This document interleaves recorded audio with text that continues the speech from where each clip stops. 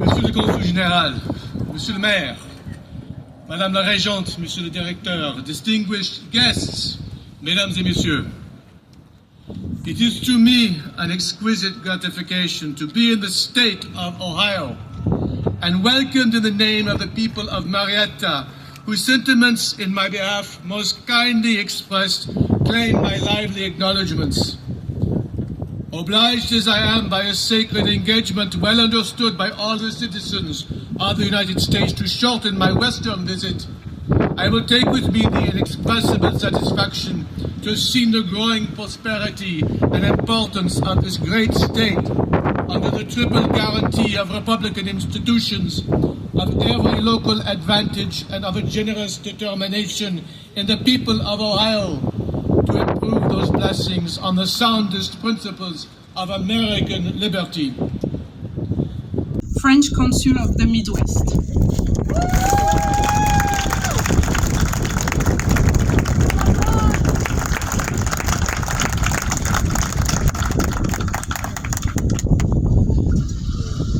Mr. Mayor, distinguished guests, ladies and gentlemen, chers compatriotes réunis à Marietta aujourd'hui, I'm really delighted to join you here in Marietta to celebrate one of my compatriots, the Marquis de Lafayette, who led, as you heard, an extraordinary life and played a key role in two revolutions, the Revolutionary War and the French Revolution, leading him to be dubbed, as it has been reminded by the mayor, the hero of two worlds.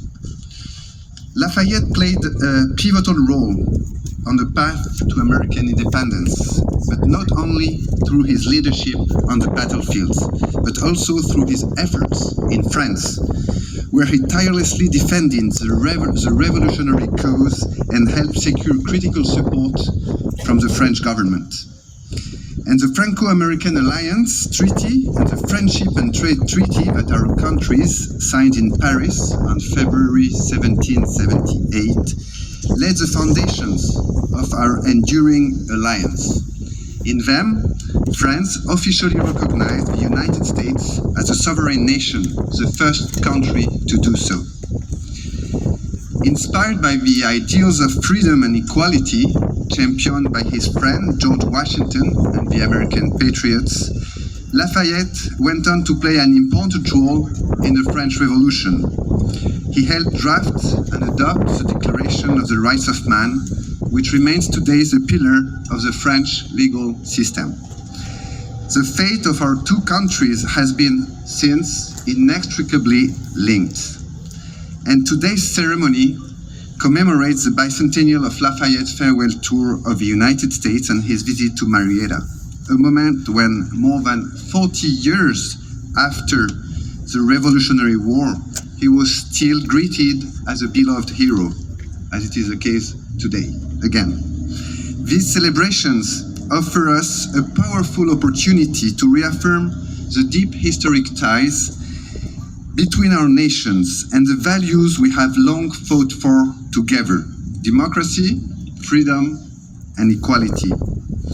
And reflecting on the bonds that unite our nations, I would be remiss if I did not mention another significant milestone which was celebrated this year, the 80th anniversary of the victory in Europe, which offered a renewed opportunity to honor the vital role American soldiers played in the liberation of our continent, a legacy we will never forget. And it was precisely with Lafayette and the veterans of the World War II in mind that, in describing the Franco-American relationship, President Macron said during his visit to the United States in 2022, "Over the centuries, whenever something vital was at stake, we were there for one another without any doubt, without any hesitation." We are deeply grateful for all the initiatives that honor and preserve the legacy of Marquis de Lafayette.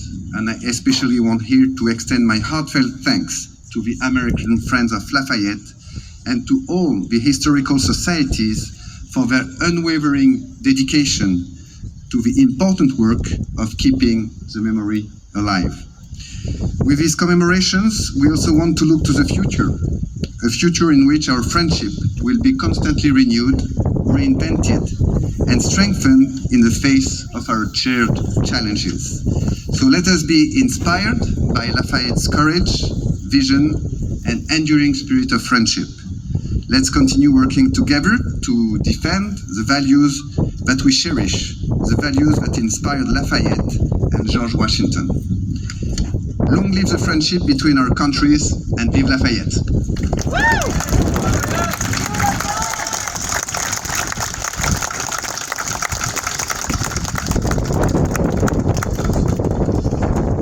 It was 2 years and about 2 weeks ago that I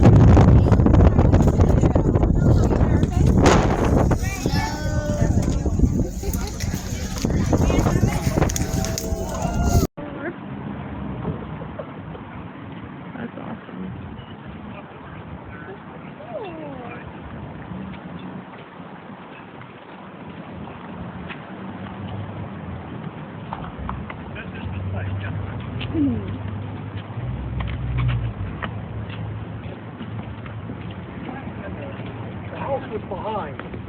Yes, the house was back in the alley. People not yet. People are bonjour.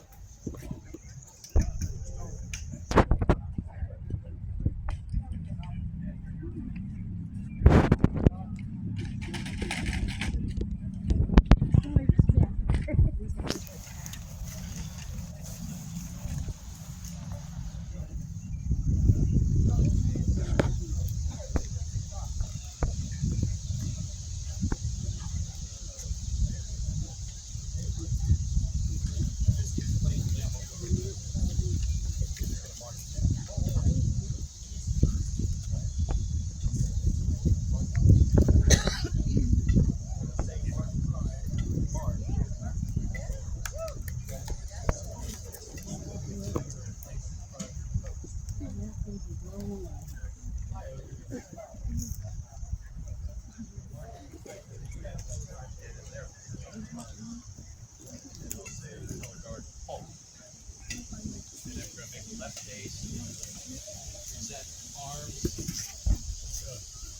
guys. I say shoulder firelocks. And the flag's gonna be at your right foot, right shoulder. I say shoulder firelocks. Just raise the flag like this and pull. And I say set arms. You guys just gonna step back. Arms. And when I say shoulder firelocks, just bring it back up. We're gonna have to do a right about face after that play. And I'm gonna set arms again.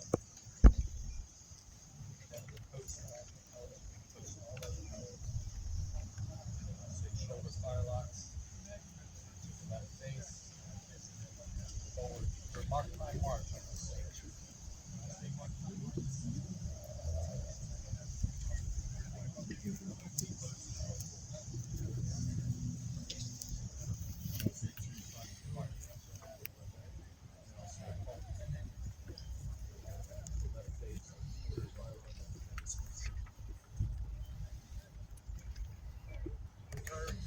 While they're setting up, fill out your phone. Don't want to hear any baby cry, calls to your boyfriend. Shut off all your phones.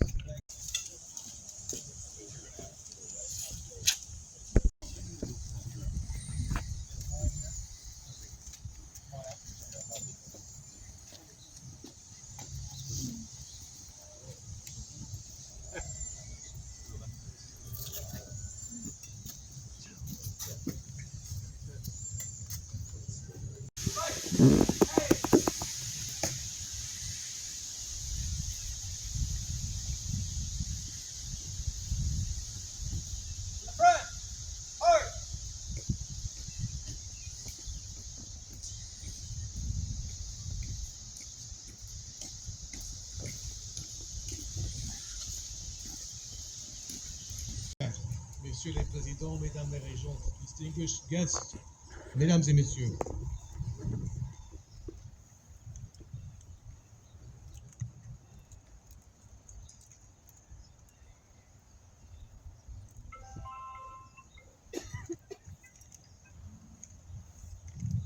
My thanks, monsieur, for the kind welcome you have offered me in the name of the inhabitants of Marietta. In meeting again my former friends, in seeing the children and grandchildren of those who were my companions in the war of the Revolution, I feel a gratification which no words can express. I beg you to accept, monsieur, and to offer to these people my grateful and affectionate acknowledgments. Amidst the inexpressible enjoyments which press upon my heart, I could not but feel particularly eager and happy to see my beloved brothers in arms in Marietta. Many I call in vain, and at the head of them our matchless paternal chief. Moreover, since my arrival, I have heard the names of the officers and soldiers who repose in this solemn place. Major General Samuel Holden Parsons, General James Mitchell Barnum, Colonel Christopher Green, Commodore Abraham Whittle, and General Rufus Putnam, and so many others. I knew them well. I saw them fighting the battles of their country at Rhode Island, Brandywine, Yorktown, and on many other fields. They were the bravest of the brave. Better men never lived. Yet it is to me also a delightful gratification to recognize here in Marietta my surviving companions of our Revolutionary Army. That army so brave, so virtuous, so united by mutual confidence and affection. Men such as Captain Stanton Prentice and Captain Josiah Monroe. I want words to express the happiness I feel in this meeting my brothers and companions in arms in the state of Ohio. My heart thanks you for your affectionate remembrance of me and for the kind manner in which you have expressed it. This happy country is now in the full enjoyment of the invaluable benefits of those sacred rights of human nature for which we fought and bled. That we veterans have been the faithful soldiers of independence, freedom, and equality, those three essential requisites of national and personal dignity and happiness, that we have lived to see those sacred principles secured to this vast republic and cherished elsewhere by all generous minds, shall be the pride of our life, the boast of our children, the comfort of our last moments. Receive, my dear brother soldiers, the grateful thanks and constant love of your old companion and friend. Waged 6 months before and some 750 miles west of Lexington and Concord on 10 October 1774. Some credit the Battle of Point Pleasant as the first battle of the War of the Revolution, placing the spark of conflict not in New England, but in the Ohio Valley. Days before, Colonel Andrew Lewis of Virginia led his militiamen from the east to the confluence of the Ohio and Kanawha rivers, where they met a combined force of between 500 to 700 Shawnee and Mingo, led by Okalesqua, sometimes known as Cornstalk. But the Virginians' flank attack on Cornstalk's forces won the day, causing the Allied indigenous force to retreat. The Treaty of Camp Charlotte was signed on 19 October 1774. Can you hear me back there? Good. Well, it's a pleasure to be here with Monsieur Lafayette in a town that is named for the French Queen Marie Antoinette. We're glad to have him join us yet again. Good afternoon, everyone. For several years now, as Doug said, the SAR and DAR have been here at Mound Cemetery on Memorial Day weekend to honor those veterans of the American Revolution and subsequent battles and wars that are buried here in grave sites, not only in this cemetery, but this flag lot behind me commemorating those Revolutionary War patriots that are buried in unknown graves across our county.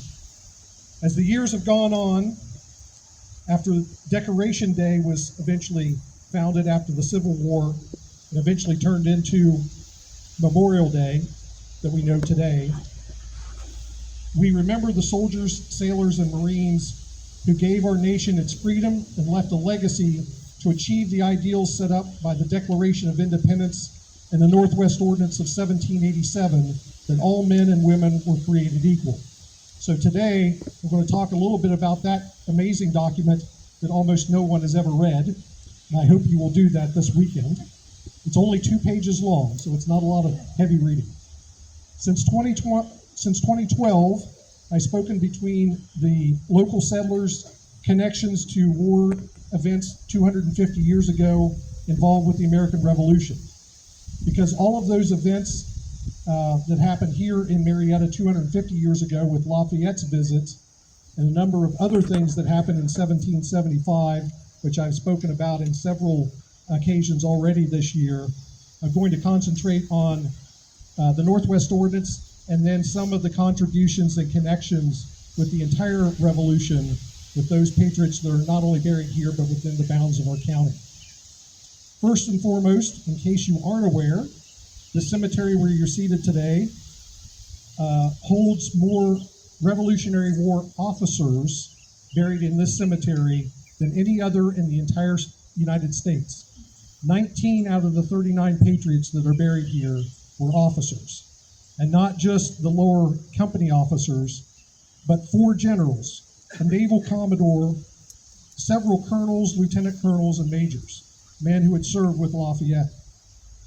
The officers and enlisted men who came here on April the 7th, 1788, got land in exchange for their service. Many had received little or no pay whatsoever during their service, but here on the western frontier wilderness, they could start their lives again and build a better future for them and their families. It was a remarkable collection of men and women who came here to fulfill the ideals set out in the Declaration of Independence and the Northwest Ordinance of 1787, which established the settlement here. When they landed near the mouth of the Muskingum River, there was not yet a ratified U.S. Constitution. There's no Constitution in the United States when the pioneers get here. When they landed, a majority of the entire standing American army was posted on the west bank of the Muskingum at Fort Harmon, stationed there to prevent squatters from making unlawful settlements and coming into conflict with the native tribes in the region. Instead, they settled here under the authority of the Northwest Ordinance, one of the most extraordinary documents in not only in American history, but world history. To put it in perspective, Pulitzer Prize-winning author and historian David McCullough, in his final book called The Pioneers, about the settlement here at Marietta, described the Northwest Territory as one of the great civil liberty documents ranking alongside the Magna Carta and the Declaration of Independence. Again, only 2 pages long. It doubled the size of the original 13 colonies. It was passed by all 13 state delegations in the Continental Congress, including the slave states. It included many of the provisions that would be included in the Bill of Rights in the U.S. Constitution that would be ratified 2 years later. Things such as freedom of speech and religion, trial by jury, habeas corpus, and many others. It also had 3 other significant provisions that were not included in our Constitution. First, and perhaps most significantly, from Article 6, quote, "There shall never be slavery nor involuntary servitude in said territory, otherwise than in punishment of crimes whereof the party shall have been duly convicted," unquote. No slavery was allowed here in the Northwest Territory, in half of the United States, with the settlement here at Marietta. Only Massachusetts and Vermont would have no enslaved people in their states by 1790, but none were here in the Northwest Territory. The Northwest Ordinance also had 2 other provisions not adopted into our Constitution, both written in Article 3. It stated, quote, "Religion, morality, and knowledge, being necessary to good government and the happiness of mankind, schools and the means of education shall forever be encouraged," unquote. The promotion of those schools and educational opportunities for all people were encouraged and eventually adopted into law for public schools in 1825, and colleges like Ohio University were founded in 1804, open to all. It was no longer just for the rich and privileged. Education would be available to all. 2 of our Ohio Constitution Convention delegates from here in Marietta and down in Constitution just outside of Marietta, General Rufus Putnam and Judge Ephraim Cutler, both of which have been denied education as children, which is the origins of our state's nickname. Sprout would cross the ice-laden Delaware River with General Washington on Christmas Day to attack Princeton and Trenton, alongside of Major Anselm Tupper, a gentleman who enlisted at age 11, serving under Colonel Sprout and his father, General Benjamin Tupper. Anselm Tupper would survive Valley Forge, would fight at Trenton and Princeton, and would be promoted and commissioned as an officer at age 16 to lead a company of troops. He also fought at the Battle of Monmouth, where his father had a horse shot out and killed from under